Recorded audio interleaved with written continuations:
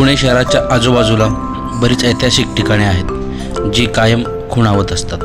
अशाच काही ऐतिहासिक ठिकाणांपैकी पुण्यापासून अगदी जवळ आणि दिवे घाटाच्या पायथ्याला एक तलाव पाहायला मिळतो। साधारणतः इसवी सन 1720 मध्ये या तलावाची निर्मिती करण्यात आली। पूर्वी या तलावाला वडकी तलाव म्हणूनही संबोधले जात होते। हे तलाव मस्तानीबाईंच्या अंघोळीचे ठिकाण मानले जात असे। या तलावाला बाजीराव पेशवे व त्यांच्या दुसऱ्या पत्नी मस्तानी यांनी घोडेस्वारी करताना वारंवार भेट दिली होती, म्हणून याला मस्तानी तलाव असेही म्हटले जाते।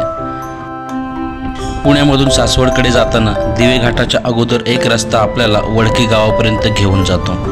तिथेच आपण थेट तलावापर्यंत पोहोचतो।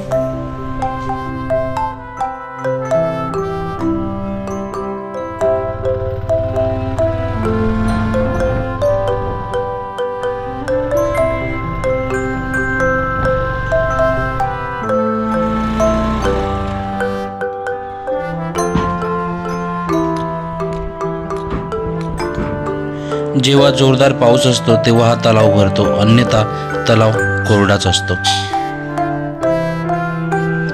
इथे आल्यानंतर आपल्याला एक भुयार पाहावयास मिळते। असं म्हटलं जातं की हे भुयार हे त्या काळी शनिवार वाड्यापर्यंत निघायचं, परंतु सध्या मात्र हे भुयार आतमधल्या साईडने मातीने चिखलाने बुजलेले असून आपल्याला इथलाच जो काही भाग आहे भुयाराचा तेवढा पाहावयास मिळतो। पलीकडच्या बाजूस या भुयाराच्याच समांतर दिशेस आपल्याला उजवीकडे एका विहिरीच्या ठिकाणी या भुयाराचं एक तोंड बाहेर आलेलं आपल्याला पाहायला मिळतं।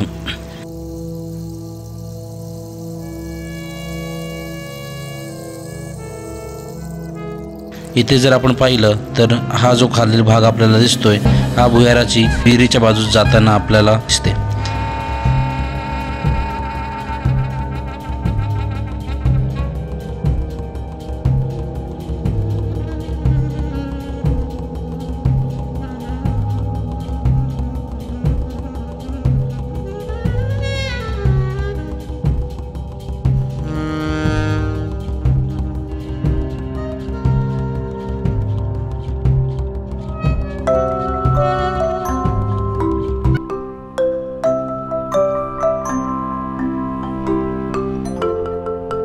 भारत इतिहास संशोधक मंडळात सुमारे 250 वर्षापूर्वीच्या नोंदीचा एक कागद सांगतो की मौजे वडकी येथील घाटाखाली तळे व बाग बाजीराव बल्लाळ प्रधान यांनी करून मस्तानी कळावतीन हीचकडे ठेविला।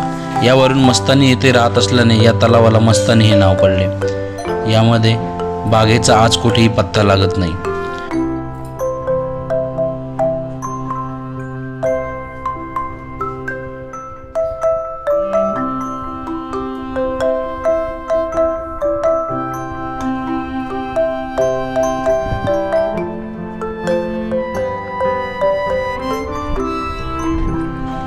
तलावातील बराचसा गाळा अलीकडच्या काळात काढून तलावाला साफ केलेला आपल्याला दिसून येतं।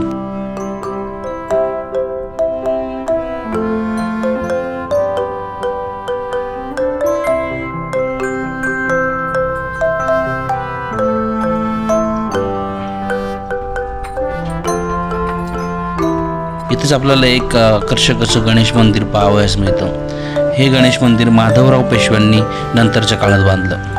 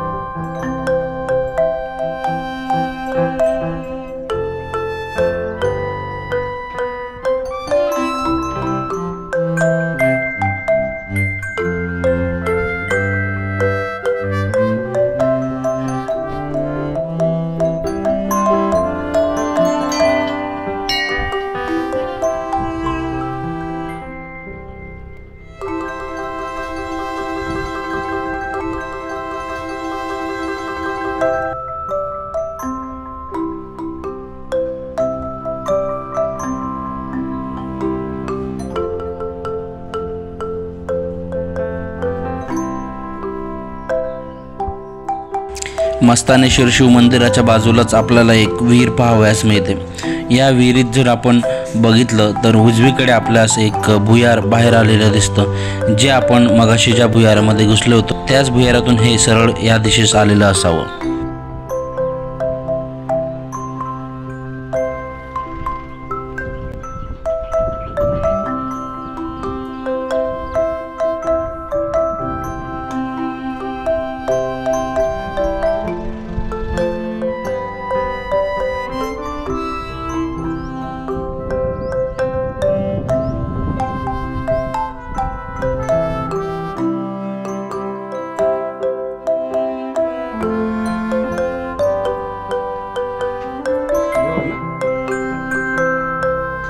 मस्तानी तलावाचा भाग अगदीच विस्तीर्ण असून बाजूच्या हिरव्यागार टेकड्या आकर्षणात अजूनच भर घालतात. येथे भेट देण्याचा सर्वोत्तम काळ म्हणजे पावसाळा, जेव्हा तलाव निळ्या पाण्याने भरलेला असतो आणि सभोवताली टेकड्यांचे हिरवेगार देखावे.